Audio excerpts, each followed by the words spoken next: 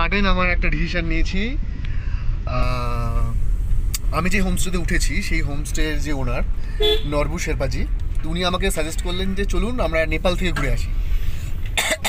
তো আমরা এখন যাচ্ছি নেপাল। জায়গাটার নাম হচ্ছে কান্যাম। পশুপতি হয়ে আমাদের যেতে হবে। একটা দাদার গাড়ি, নিজের গাড়ি। আমি যেহেতু একা আজকে গেস্ট রয়েছি সেই কারণে উনি ওনার গাড়িতে করে আমাকে ঘুরতে নিয়ে যাচ্ছেন। তো আগে ভাবিনি যে আজকে নেপাল যাব, বাট দাদার সাথে দেখা হওয়ার পর দাদা আমাকে সাজেস্ট করেন যে চলুন ঘুরে আসি। তো দেখতে থাকুন। এনজিপি থেকে 30 টাকা অটো ভাড়া দিয়ে দার্জিলিং মোড় থেকে শুকিয়ে যাওয়ার যে কোনো শেয়ার কারে 200 টাকা ভাড়া দিয়ে আপনাদের নামতে হবে পশুপতি মার্কেট। সেখান থেকে যে কোনো একটা গাড়ি ভাড়া করে আপনারা চলে যেতে পারেন কান্যাম। গাড়ি ভাড়া 1500 টাকা মিনিমাম। তো আমি এখন চলে এসেছি পশুপতি মার্কেট।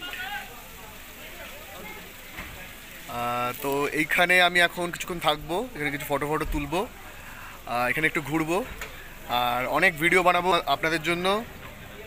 তো দেখতে থাকুন। পশুপতি মার্কেটের এন্ট্রি পয়েন্ট থেকে একটু এগিয়ে এই চেকপোস্ট। এখানে আপনার ফিস জমা করে এবং গাড়ির ডকুমেন্ট দেখিয়ে আপনাকে নেপালের পারমিট নিতে হবে। তো নেপালে এন্ট্রির পারমিশন আমরা পেয়ে গেছি। চার্জ পড়লো 350 টাকা। তো ডকুমেন্ট হিসেবে গাড়ির ডকুমেন্ট দেখাতে হলো। তো আজকের দিন যে আমরা নেপালে থাকছি তার পারমিশন হচ্ছে এইটা। তো চলুন দেখতে থাকুন।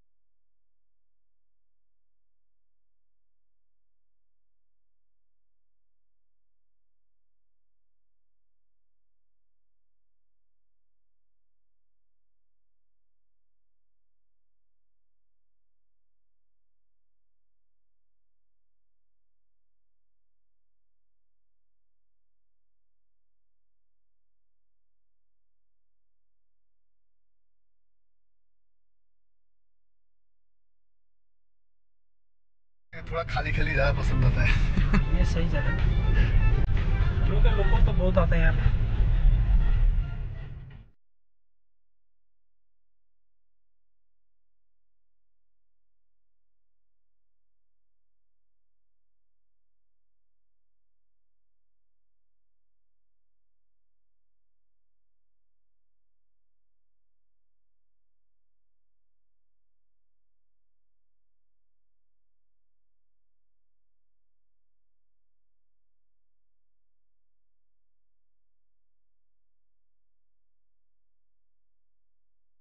তো আমি এখন চলে এসেছি নেপালের ফিকল বাজার।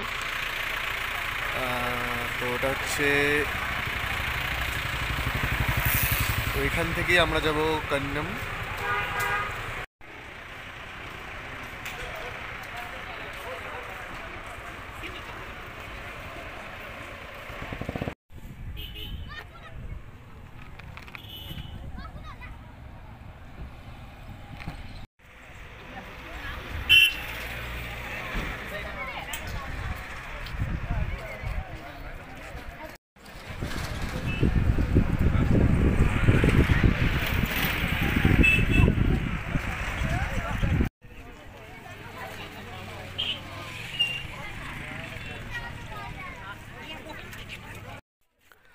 কান্যাম মূলত একটা বড় টি স্টেট। এখানে অনেকগুলি পার্ক এবং ভিউ পয়েন্ট রয়েছে। থাকার জন্য কিছু কটেজও রয়েছে। ইদানিং এখানে একটা গ্লাস ওয়াকওয়েও তৈরি হচ্ছে। আকাশ পরিষ্কার থাকলে এখান থেকে কাঞ্চনজঙ্ঘা ভিউও দেখতে পাওয়া যায়। ছুটির দিনে এখানে স্থানীয় ও ইন্ডিয়ান ট্যুরিস্টদের ভিড় আপনি দেখতে পাবেন। কান্যামে বেশ কিছু রেস্টুরেন্ট রয়েছে, সেখানে আমি আমার লাঞ্চটা সেরে নিলাম।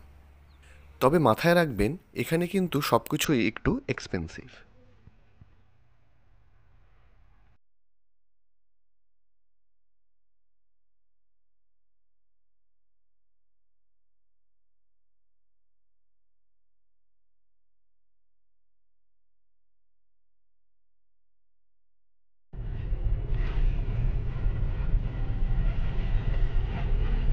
কান্নামকে বিদায় জানিয়ে আমরা রওনা দিলাম বুদ্ধা পার্কের উদ্দেশ্যে।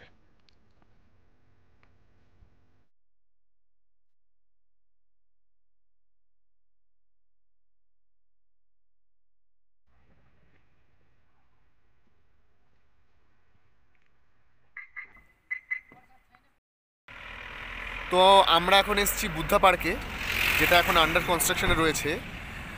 যেহেতু আন্ডার কনস্ট্রাকশনে রয়েছে সেই কারণে বুদ্ধা মূর্তির মুখটাকে কাপড় দিয়ে ঢাকা রয়েছে। এটা কমপ্লিট হয়ে যাওয়ার পরপরই বুদ্ধা মূর্তির মুখ থেকে কাপড়টাকে খুলে দেওয়া হবে। তো এখন আমরা যাব ওপরে, তো চলুন দেখতে থাকুন।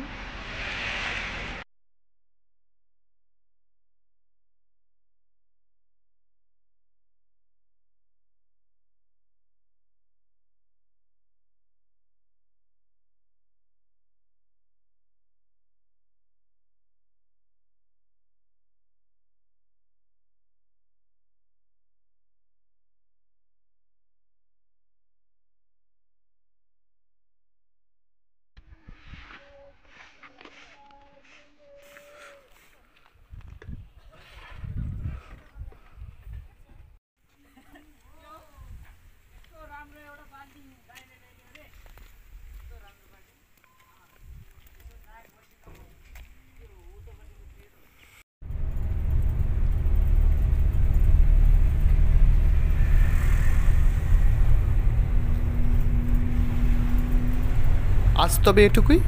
আগামী পর্বে আবার দেখা হচ্ছে নতুন কোনো ভ্রমণ কাহিনী নিয়ে।